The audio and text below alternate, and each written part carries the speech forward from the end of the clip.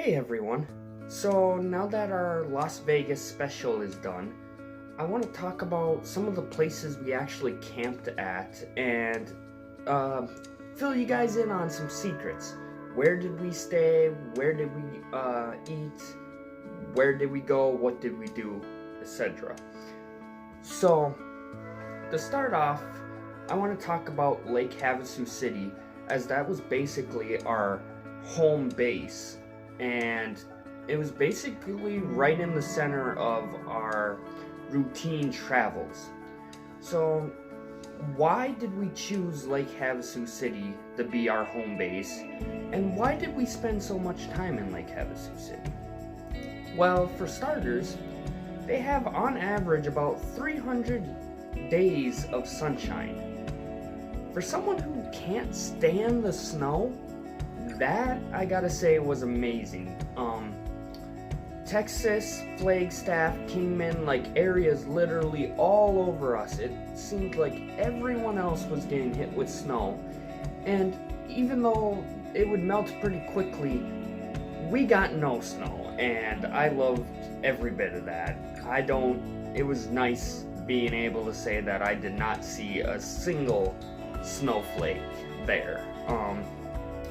During the winter, the temperatures range from 60 to 70 degrees, and the lows are 40 to 50 degrees. So staying in our vehicles, we did have a little buddy heater. I think I used it twice on the way down when I was camping overnight in Walmart parking lots. But once I got to Arizona, I never used it. My uncles, on the other hand, they use theirs to warm up in the morning, and then they have coffee. One of my uncles bent the shield, basically. There's this metal ring on there. He bent that a little bit, so when he starts it on, you could actually roast breakfast burritos and stuff on there. We've actually cooked hot dogs and stuff on it as well, so a little stovetop. An important thing to note about Lake Havasu City is you do not want to camp here during the summer. I cannot stress that enough. The highs for it is usually 100 to 115 degrees every day, but they quite often actually pass 120 as well, or are around that range. So heat stroke is a very serious concern in Lake Havasu City. The lows in July and August are actually 80 to 90 degrees, so camping in a trailer, truck, it's a van, you definitely do not want to do that in that kind of heat.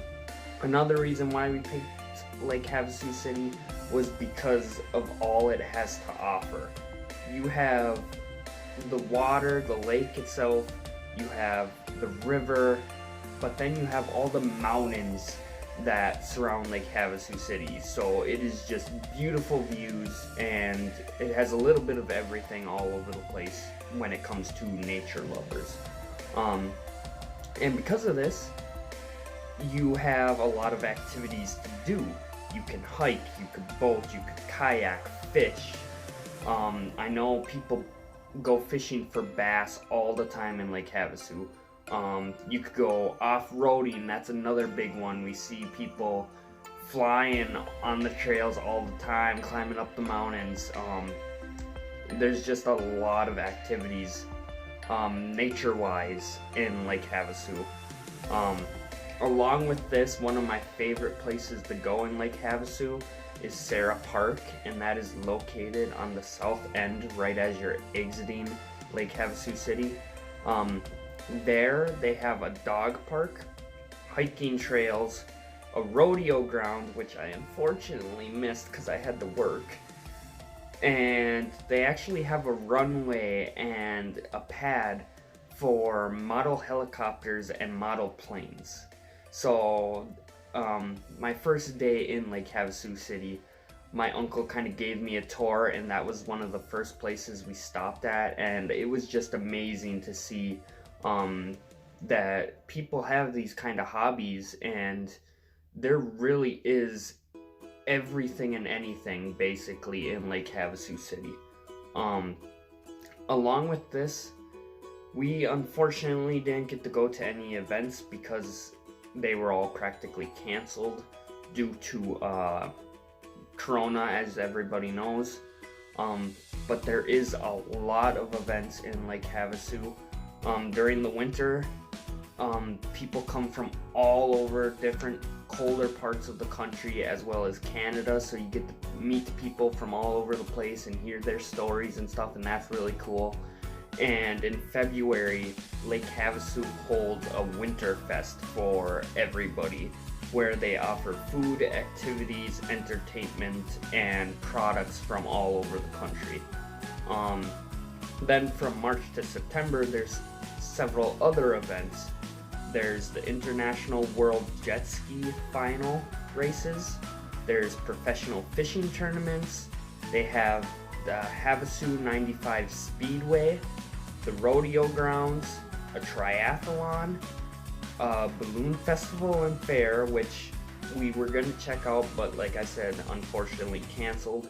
And one of the big ones I was excited for until I found out it was canceled was the Western Winter Blast Pyrotechnics Convention. It's a mouthful, but basically the convention is held annually on President's Day weekend, and it's where the biggest and newest toys in the fireworks field are played with and shown off for potential buyers for the 4th of July, basically. At this convention, they hold seminars, trade shows, they do firework vending, like I said, the newest, biggest toys. They have barbecues, afterglow parties, and this event is so big that people actually come from all over the world to see it. So, now to get down to business. I know for the people watching this video, one of the main questions you're probably asking, where did we stay? Where can you camp for free at Lake Havasu? So Lake Havasu City actually has 3 BLM lands. And important note, there is an airport in the city, so important to note that. The 3 campgrounds are Standard Wash, which is located 8 miles south of the city, Craigie Wash, which is located 7 miles north, and then Lone Tree, which is located 9 miles north. Between all 3 of these campgrounds, you are allowed to stay up to 14 days, but no one really enforces that. We saw people that when I got there for the first time, they had their RV or their giant camper parked there, and when we left 3 months later, they were still there. And my uncle said that when he got down there a couple months prior to me arriving, they were there even. So basically, from the sounds of it, the only reason why they say it's a 14-day limit is so if people start coming in and they're trashing the campground, they could say, hey, you have 14 days and then you need to get out of here. Because that is one of the problems with BLM land. They say that you leave it exactly as you found it, and people are ruining that. They are leaving trash behind and not taking care of themselves while at these campgrounds. And that is resulting in these campgrounds closing and thus less free campsites for us travelers. Standard Wash can fit any size rig and is located right off the highway, so you might have a lot of noise at night. And it's said to be pretty tricky pulling off a big rig from the highway onto the dirt. And the area itself is large and open, offering no shade at all. And like I said, it's less than a quarter mile from the highway, so when you're driving on the highway, you can see a bunch of people parked right there, so it might be pretty noisy. On a good side though, service is really good here for both AT&T and Verizon. And the main reason people pick this campground out of the three is that it's got a lot of access to off-roading, and it's got a very short drive to the Sarah Park for off-road biking and hiking as well. The second of the three, Craigie Wash, also fits all rig sizes and has the most interesting landscape of the three campgrounds. The problems here is that in certain spots there's very deep sand, so you might get stuck. You have to be very cautious and aware of where you're driving here. And if you are in a certain part of the canyon, you may only get half a day's worth of sunlight, so traveling and using solar panels, that might be a big problem.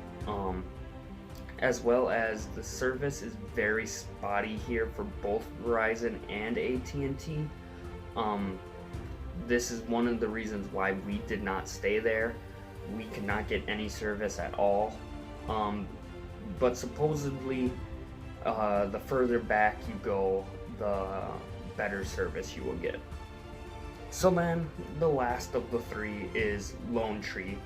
And personally, this was my favorite because it's the easiest in terms of access, and it also allows any rig size, but it also has a higher platform and then a lower platform. The higher platform, you could view the lake, the city, and surrounding mountains and the sunset, for example. The lower platform takes all of that away, but you're more hidden from like wind and stuff, for example, and you're more distant from other campers. Lone Tree also offers a hiking trail up to the Lone Tree on the mountain. I walked up that trail multiple times, countless times.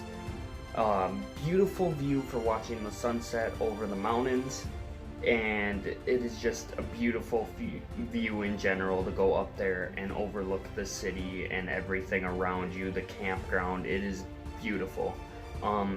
Important note though, if you are considering Lone Tree, this trail can be very sketchy at times, as it can be pretty steep, and certain spots of the trail are made up with loose rocks.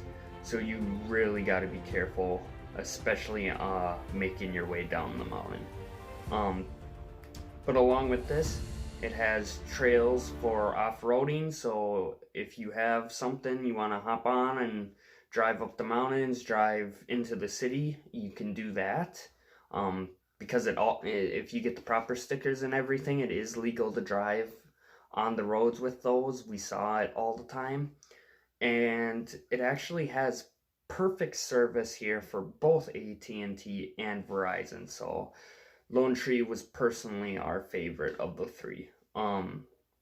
So with all that being said, my video is already about 13 minutes in, so I'm gonna do another video on Lake Havasu talking about the historic London Bridge and the island, as well as go into Sarah Park a little more.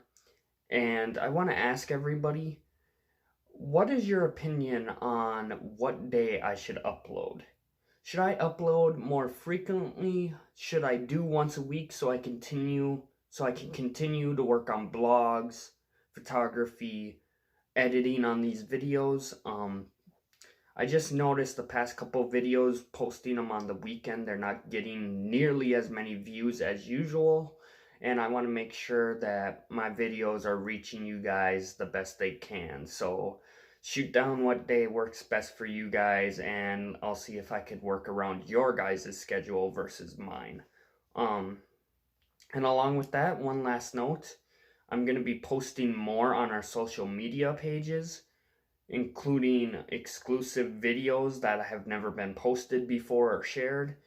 I'm going to create more in-depth blogs and going about the history and these campgrounds for like Yuma and Oatman and Kingman, And I'm actually going to start posting some photography for sale. So keep you guys' eyes open for that, and I'll see you on the next adventure.